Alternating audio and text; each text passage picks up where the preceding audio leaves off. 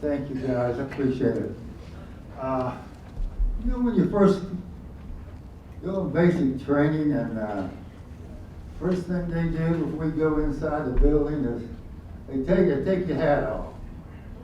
I mean, they preach that and preach that. And then when you get a lot older, in your 70s, nobody tells you to take your hat off. Amen. But they don't care. I'm going to take mine off. I want to thank. Reflection. I want to do this. Reflection, I mean, no. Test. I always want to do that. I always want to do that. Anyway, I want to thank you all for coming out today. It's a blessing. I'm telling you, the never forgotten 34, our Vietnam brothers lost their lives May 10th, 1972. And I'm up here to tell you why, because a lot of people, when we call them, why are you doing this? And how are you doing it? And we got a lot of calls. We talked to people. Is this a joke? A lot of them.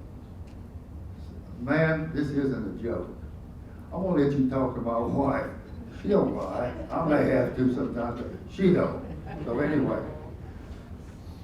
a lot of calls were made out to all of you, by our team. And boy, you wouldn't believe the calls. And you get a lot of hang-ups, and it's just a hoax. And today, you know what you're getting online, scams everywhere you go. So I want to thank you all for coming here today. My name is Stan Dillon. I was a platoon leader over there in Vietnam in 1971. I got wounded April 20th, 1971. There was 2 guys on each side of me got killed, and they were within inches of me. So I was right in the middle of them. Like you say, survivor's guilt for 50 years or longer. The soldier never forgets it. I don't care what psychologist or how many pills a psychiatrist gives you, they never forget it. I fought bad dreams for 50 years, for a long time. I was just so tired of it. One day, my wife and I were sitting in our sunroom, and April or May, March or sometime, I said, April 20th is coming up, 50 years. My wife said, yep, I know. I said, well, by golly, this year, Stan Dillon's going to Michigan, and he's going to put flowers on Danny's grave. Now, I live in Columbus, Ohio, and it's only 4 hours to Ferndale, Michigan. That's where Danny lived, and that's where he was buried. Little town called Ferndale. Sounds like something from a storybook, doesn't it? Ferndale. Well, I used to drive by there with my bass boat, going to the lakes all the time to fish, going up into Canada to fish. Never could get the nerve to stop and tell Danny how sorry I was. That I was his platoon leader and he died. I felt it for 50 years. Nightmares, my wife can tell you, for 50 years. Well, it about stopped when my wife says, we'll go put flowers on Danny's grave and it'll probably stop for you, maybe. So, I get on the phone, or on Facebook rather, and I say to my friends at church, share group, I won't be in there that day. I'm going to put flowers on Danny's grave. And I told them where I was going to go. I hadn't put a period on that last sentence, and Jim Garvin called me. My friend, he was my best friend in Vietnam. He calls me from Texas. He said, you think you might need a little help going up there by yourself? I said, well, Dale's going. He said, well, you want me to come with you? And Susan. Now, I think you've all met Jim and Susan Garvin.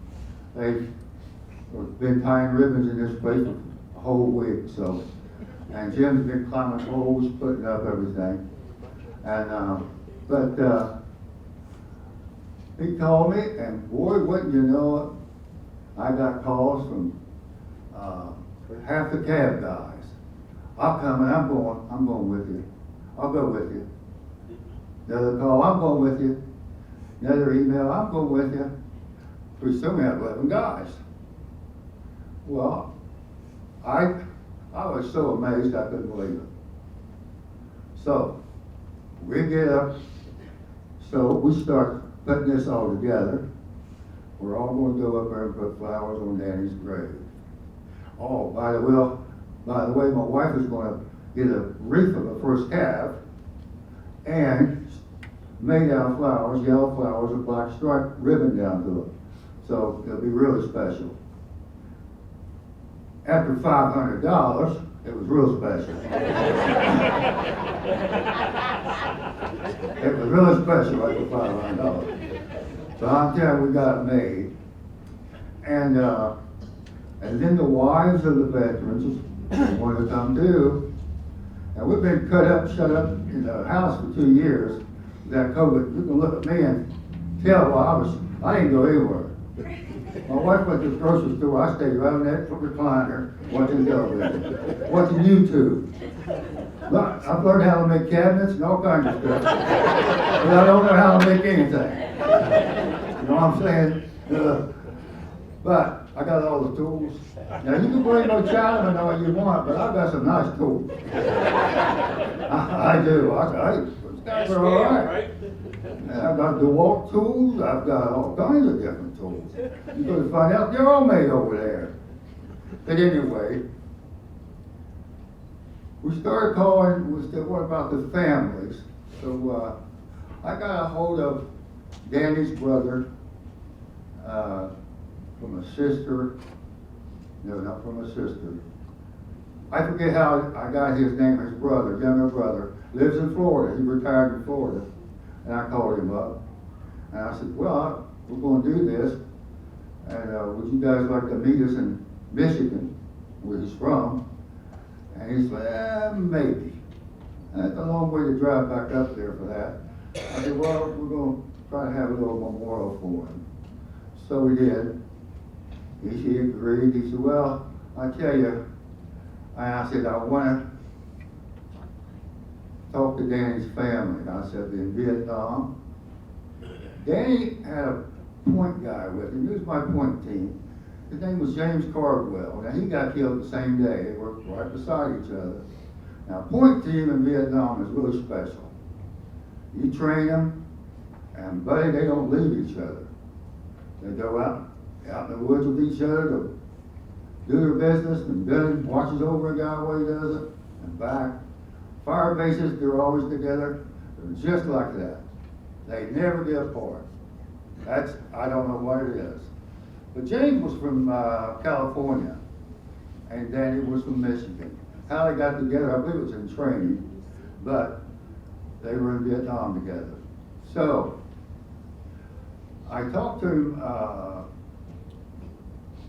I think it's Tom, his brother's name, and he says, I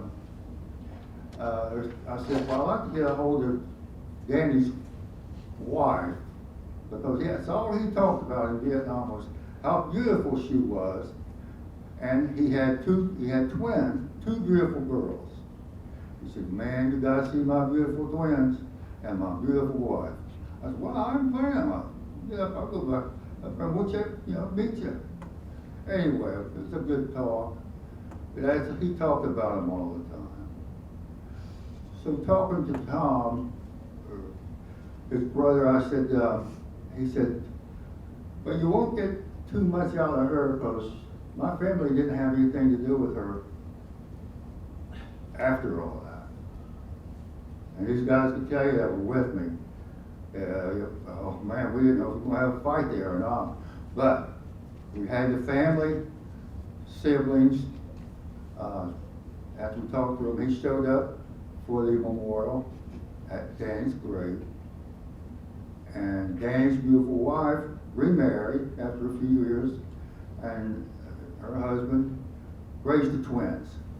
Did a good job, and he passed away. Then she lives still lives in Little Ferndale, and she took back her name. And I tell you, I was scared about all this for a long time, nervous about it. He says, there's friction. I tell you, his brother kept telling me, you may not want to get up there and invite her. Well, what had happened was, Danny tried to adopt those two kids. And when he did, he went AWOL. Now, he missed his time going to Vietnam by 3 or 4 days. Now, he probably got an Article 15 of maybe a $10 or $15 fine. That's all what happened to him. He wasn't, you're going to Vietnam, son, you're going to Vietnam. They don't care when you show up, just be there. That's what happened. So the father of Danny told the rest of the family, don't have anything to do with that woman. She got him killed. They wouldn't have sent him to Vietnam if he hadn't gone AWOL, and she made him go AWOL. So that's what the friction was. So we invited them all. So the girl, she's 50 years old now, the girls are 50-something. They live, one lives in California, a school teacher, and the other one lives in Kansas City. Texas.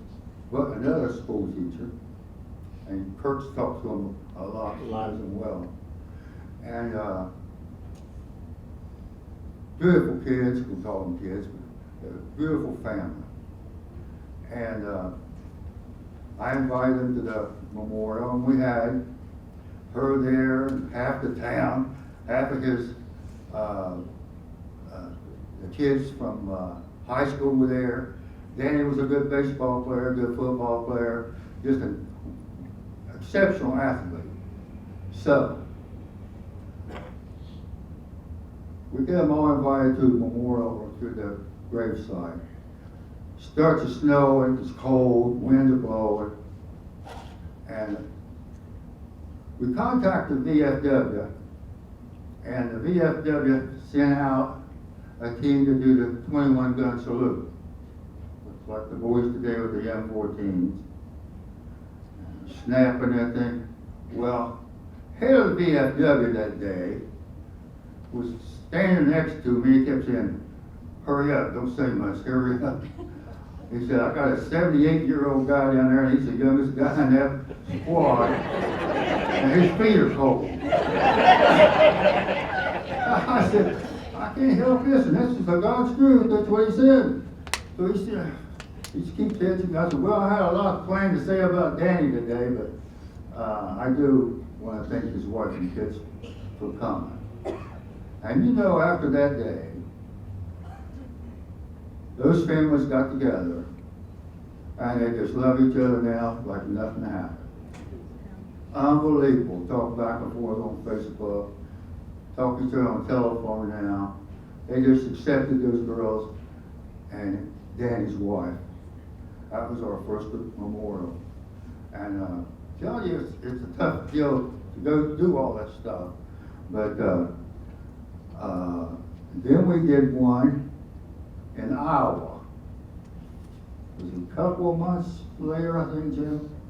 We did that one in Iowa, where a soldier that was killed by friendly fire. And we were there. Jim Garvin carried him down off the mountain with a friend who's dying, who was that time dying of cancer. His name was Rich Hansen. But I was there, that both of these guys lugged him out of off that mountain. And we didn't have a litter, they had to make it out of poles and shirts and to carry him off. He was a pretty big boy too. And his nickname was Water Buffalo, but he was a pretty big boy from Iowa. And so we had a memorial for him in Iowa for Rich Hansen, and then following 2 or 3 weeks, Rich died of cancer. So we did something for Rich. That was a big day. Now, I think my wife had triple bypass surgery on the next 2. And they were in Buffalo, New York with Wolf and the Garvins. And, geez, who else was there? You were there, Kirk was there, Doug and Bart were there. But and you've met all these people. And we were on the same team to do this one. And I didn't know much about the 34 other than this. We first started this years ago.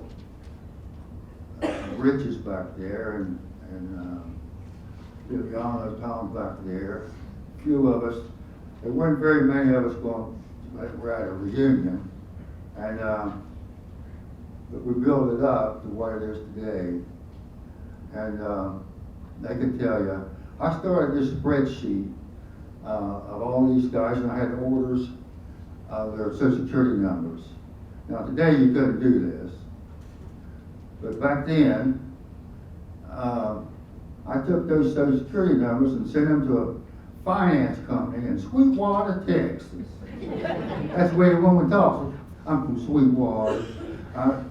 Ma'am, I've got these 20 social security numbers. Could you look these up and give me the last address of these people, of these guys? Well, she did that. Sometimes you get a good one, sometimes you won't. But what they were looking for was the last time they had a loan, period. And I guess these finance companies and credit card companies could find out when you had your last loan. At least that's what it was 30 years ago. So, after about $2,000, my wife said, it's about time you stop that. $4 a head, it's about time you quit that. You better stop Hollow like it mine. now. Hey, can I do that again? Hollow like mine. Yeah. Yes. But anyway, I am so glad, from the bottom of my heart, sincerely, I really am, that you made it here to this memorial for your sibling, your brother. I didn't get to meet him. I was already wounded and gone home. And I was still in the hospital, though, at that time. I've been there for 4 or 5 years. They kicked me out. I had a lot of surgeries. And my little wife for 53 years, she's back there. She's right there by my side. Pregnant and all. So there wasn't nothing wrong down there.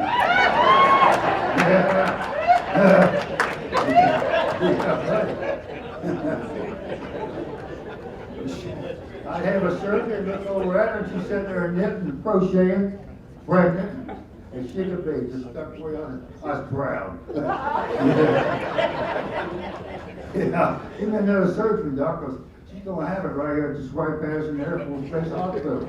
Cost me $8. I told my son, you cost $8. I spent $2 million on it. But you know what I'm saying? It just seems like, but I am so, from the bottom of my heart, appreciative of all you guys coming. I really am. And I've got a special family back there that invited Dillon and I up to their farm up there in northern Ohio before they started, the Phillips family, for Sunday dinner. I thought it was just going to be sweet tea and maybe a piece of cherry pie. We walked into that farmhouse, in that kitchen. I'm telling you, I never seen so much food in my life. I said, never went to diet, never went to diet. You can't go to somebody's house and not eat the food. It's not right. It's just not right. No, it's not right. But again, I have a bunch of notes here, but I forgot, well, those things. I'll turn it back over to Wolf, but I do have another one planned. A black guy that came all the way from the rear. I loved him like he was my brother.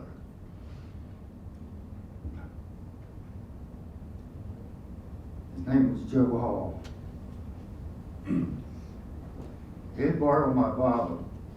Now I had a Bible I got shot into when I was wounded. And I want you to take this home with you. First round that went off when we hit that bunker complex hit me because I was getting ready to get on the radio to tell Bill Neal, we're getting out of here. Second round hit me right there in the chest and knocked me flat on the ground and knocked the air out of me. I get back up and keep on fighting. And then that's when they had to get us with, two Chinese claymores that were hanging in trees. And it killed two guys on each side of me. And one of them was Joe Hall. And Joe had a little boy, he lived in Little Rock, Arkansas. And the two guys that borrowed my Bible to read it out in the jungle was Joe Hall and Danny Drinker. I had a New Testament Bible, I put it right here in my chest. Now that AK round that hit me in the chest stopped in that Bible. Sure did. That's 2 Corinthians 5:7. Stopped right there and made a little mark and didn't go through the page. All the other pages, it went through it. And it said, right on that line, we walk by faith and not by sight. That's the only lines on there. That's where that little crack was. It's in a museum in Groveport, Ohio now. I started to bring it to show people.